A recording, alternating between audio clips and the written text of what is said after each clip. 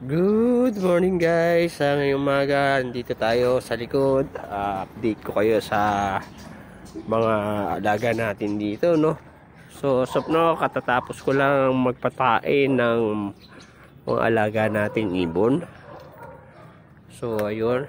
Kali itong dalawa na to magpares na talaga. Pagkano lagi na tawag yung pagkano nga gagawa natin na lagyan natin ng pugad yan.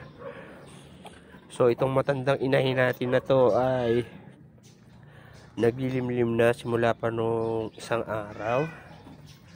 Ito na lang baling dalawa na antayin natin hindi pa nangingitlog. Itong dalawa, itong ating mother na ringneck dab, mga katapusan to, mamimisa na to.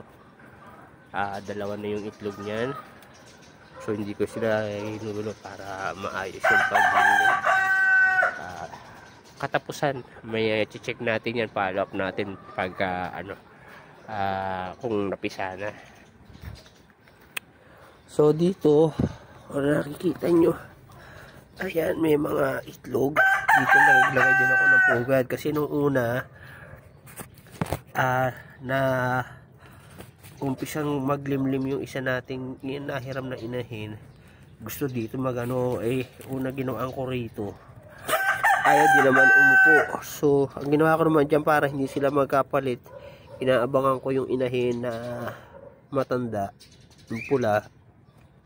Pag nilalagyan ko ng marka yung itlog niya mismo, gaya nito guys. Nakikita nyo, ayan, may guhit siya, lagyan ko ng guhit.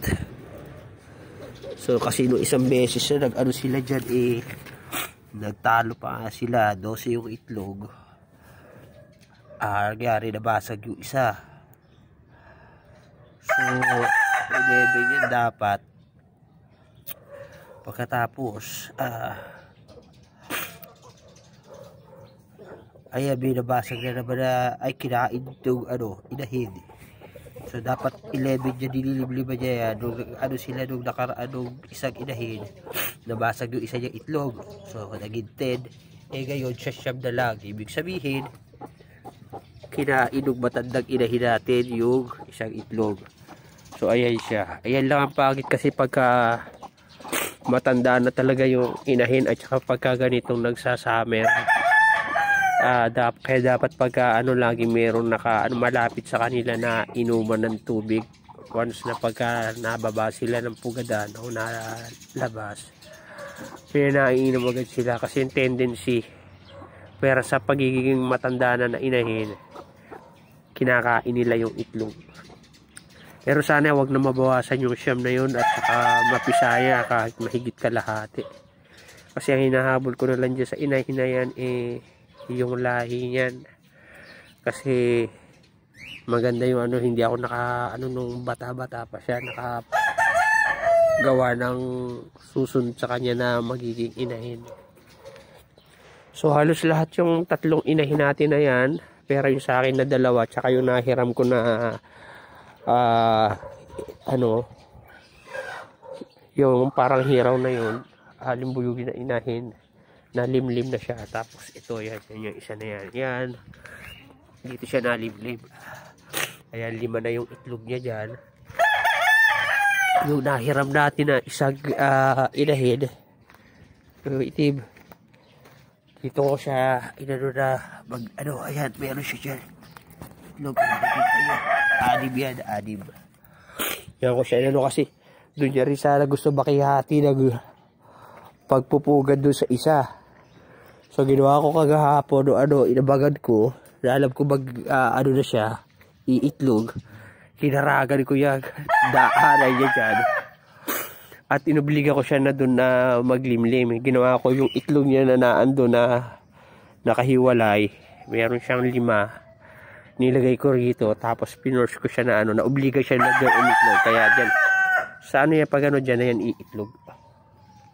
So ayan, yung nauna natin na naglimlim mga first week na April, mamimisa na yon. Tapos itong dalawa, ewan ko, siguro mga bago magkatapusan ng April, may kasunod tayong mamimisa na dalawang inahin. So pagka baka by next week maobliga na ako, kailangan maggawa na ako ng pag-abang na ako ng magiging kulungan ng mga magiging sisiw natin. Tapos itong mga natin, napakain ko na naman yan. Itong isang nabili natin dito,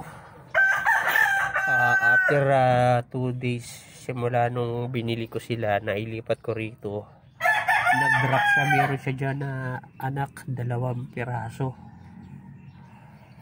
Ito yung natin, HB Blue. So ito naman ang ating AFR, yung albino full red. Ayan, buntis na rin yung inahin. Pag kailangan maihiwalay natin yung dyan, kasi pag mga albino pala tawag rito, mahilig kumain ng mga nila, mga anak. So kailangan pagka na-drop nyo na yung mga dyan, ilipat na natin. So ito, buntis na rin yung isa rito sa ating panda ko.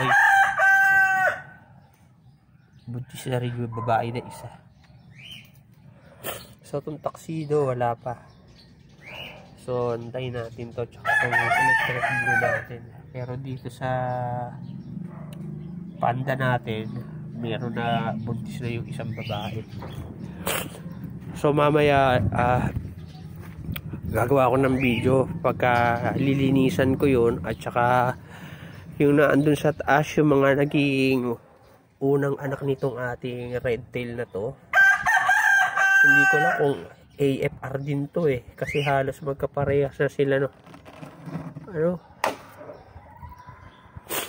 nung kulay kaya nga lang mas dark yung kulay nung lalaki doon, pero hindi kasi parang yung babae, ayan pero hindi siya AFR to kasi may design yung hindi siya purong red, parang red lace ang kulay nito.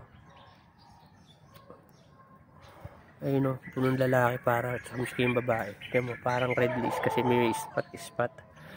So pag papa re-ID natin yan, kasi ito na yung mga second batch na malalaki na kasama nung isang breeder natin na namatay yung lalaki, malalaki na rin sila. Ito yung huling anak nitong medyo na rin. Tsaka kaya lilipat natin yung pinakaunang anak nito. Meron na rin yung mga bagong fry na lumabas kahapon, nung isang araw ko, kahapon ba? Ay, nung isang araw ko lang na pansin, after ko na naglinis ng kulungan nung natin, nung tab ng railings natin, at saka nagtanggal tayo ng mga ibang mga halaman na lotus at saka yung mga para medyo makaano sila. So gagawin ko mamaya, magagawa ko ng video para malipat ko na yung mga una doon na malalaki, at saka mapili na yung magaganda, kung mga kalba o yung yung meron ako nakita doon na red lace na parang 3 lang ata sila, parang yung the rest parang ibang mga kulay, mga ibang string. So i-check natin yon at gagawa natin ng ibang video. So ayun guys, hanggang dito na lang muna, at mag-aayos tayo sa taas para sa gagawin natin susunod na video. So maraming salamat sa panonood, at sana lagi nyo lang supportahan ang aking FB page, Kuya George Clowney, at ang ating YouTube channel, Joel Nain. So maraming salamat po uli, at God bless.